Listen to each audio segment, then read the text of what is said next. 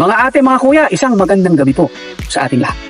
Andito po tayo ngayon sa Philippine National Police Academy at hindi tayo sa monumento ni General Mariano Castañeda. Siya po ay ginawaran ng medalya ng kagitingan dahil po sa kanyang ipinakitang kagitingan at katapangan ng kanya pong iligtas ang buhay ng ating dating Pangulong Manuel Rojas nang siya ay hagisan ng granada sa Plaza Miranda at ito po ay sinipa ni General Castañeda at nailigtas ang buhay ng ating dating Pangulo.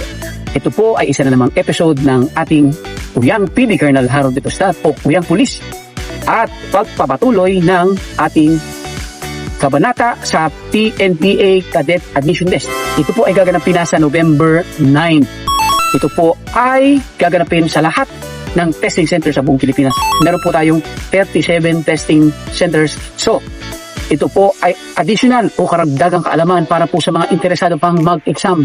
Marami nagtatanong, meron po bang walk-in? Ito na po ang sagot. Meron po tayong walk-in para sa mga hindi nakapag-online o nakapag-Google Form. Kailangan niyo pong mag-check sa ating PNPA website at doon makikita natin ang mga instruction kung ano po ang dapat ninyong gawin or dalhin. Una po, kailangan magpunta po kayo sa testing center kung saan malapit sa inyo sa November 8. Magmula alas 9 ng umaga hanggang alas 3 o alas 4 ng hapon. Nandun po kami at tatanggapin po namin ang inyong application form. Kailangan niyo po mag-download ng application form sa website at mag-fill up. Kailangan niyo din po magdala ng PSA birth certificate at ID picture na 2 kopya. Tingnan nyo na lang po ang detalye kung ano po o gano'ng kalaking picture yan. Ano? So, meron pong walk-in at kung kayo po ay nag-online application, hanapin nyo po sa ating website. Nakalagay na din po dyan kung kayo po ay mag-exam sa umaga or set A o sa gabi o set B. Kasi po sa dami nang nag-apply, kailangan po nating hatiin yan para po hindi magkagulo sa testing centers. Katulad ng inyo pong abang lingkod, Kuyang PD, pupunta po ako sa University of Cebu. Doon po tayo magkikita-kita. Kaya po kayo po ay aking follower, make sure na lapidan niyo po ako. So anyway, lahat po tayo may designated na room assignment na. Kailangan nilang po pumunta doon na tamang bihis. Hindi tingnan po nyo ang link dito po sa ating page para po mapuntahan nyo at makita nyo. Ganun din po, nakalagay din po dito yung link naman kung saan po kayong testing center at kung set A ba o set B or morning or afternoon session. So meron po tayong exam sa November 9. Ito po ay linggo, magmula umaga hanggang hapon. Konting tip sa pag-exam, kailangan po tayong mag-review. Hindi po natin pwedeng stock knowledge lang kasi po medyo challenging ang exam. Okay? Meron po yung mathematics, communication skills, meron pong abstract reasoning, meron current events and general informations, meron din pong science.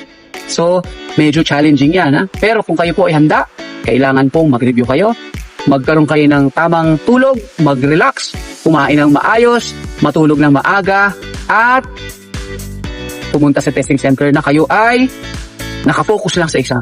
Ngayon, ano pa po yung mga extra tip na pwede kong ibigay sa inyo? Kasi ang inyong Kuyang PD, kahit papano, ang daming in-exam po natin na pumasa naman po tayo dahil nga po tayo ay naghanda. Wala pong kapalit ang paghahanda. Okay? So una, kailangan po nating mag-review. Maghanap ng mga material pa kung may time pa po kayo magpasa. Okay? And then, ano pa po? Sa examination, wag po tayong magmadali. Isa pang tip, pag namasagot po tayo sa tanong, meron po tayo nga po palang 200 questions.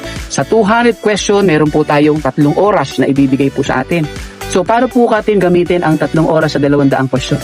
Una, pagka po ang questions ay hindi po natin sigurado, pwede po tayong mag-skip. Huwag po tayong magpabad sa isang tanong kasi mauubos po ang ating oras. Pangalawa, kung meron po tayong sigurado at gut feel nyo na instinct na sagot at feeling nyo yan, markahan nyo na yan. Pangatlo, kung meron po kayo hindi sigurado sa sagot pero may sagot na parang either or sa kanila, markahan nyo yung 2 tanong na yan kasi mamaya babalikan nyo yan. Para po lahat ng tanong ay makover nyo magmula 1 hanggang 200. Pag nadaanan nyo na lahat yan, markahan nyo lang hindi nyo nasagutan tapos babalik kayo sa number 1 ulit para 2 beses nyo madadaanan niya. 2 beses, pag hindi pa rin kayo sigurado, daanan nyo ulit. Kahit makatatlong daanan nyo yan, pag wala na pong mapiga sa inyong utak, manghula na po kayo. At huling-huli, dapat tayo po ay manalangin na, Lord, Mangarap ko po to, gusto ko po maglingkod sa bayan, gusto ko po magkaroon ng permanenteng trabaho, gusto ko pong maging isang public servant o lingkod bayan at para maging isang scholar ng bayan. Kaya po good luck sa ating lahat at lagi po nating tandaan na mag-ingat po tayo at maging blessing tayo. So na naman po ang inyong Kuyang TV, nagpapasalamat at nagpapaalala kung hindi ko pa po kayo followers, huwag po niyong kalimutang mag-like, comment at follow and subscribe sa ating Kuyang TV at meron po tayong YouTube channel din. Ayan. So, good luck at magkita-kita po tayo sa November 9 testing centers. And November 8 para sa mga walk-in. Don't forget. Thank you.